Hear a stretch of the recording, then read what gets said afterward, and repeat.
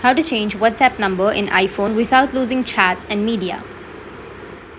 So if you want to change your WhatsApp number in your iPhone without losing your chats and media, then what you need to do is first you just need simply open up your WhatsApp application. After opening your WhatsApp, you need to go with your settings, which is on the bottom right. And from the settings, you need to scroll down, go with the account section. Under account, you will have change phone number option. Tap on change phone number, and from here you'll be able to change your phone number. So you need to go with next, which will be on the top right. Once you tap on next, you need to enter your phone numbers. You need to enter your old phone number and then your new phone number. You can select your country code, add your new and your old phone numbers. After adding your phone numbers, you need to just go with next, which is on the top right, and then you'll receive a number confirmation. Go with yes, and then enter the code that you'll receive on your new number. And after entering the code, your number will be changed.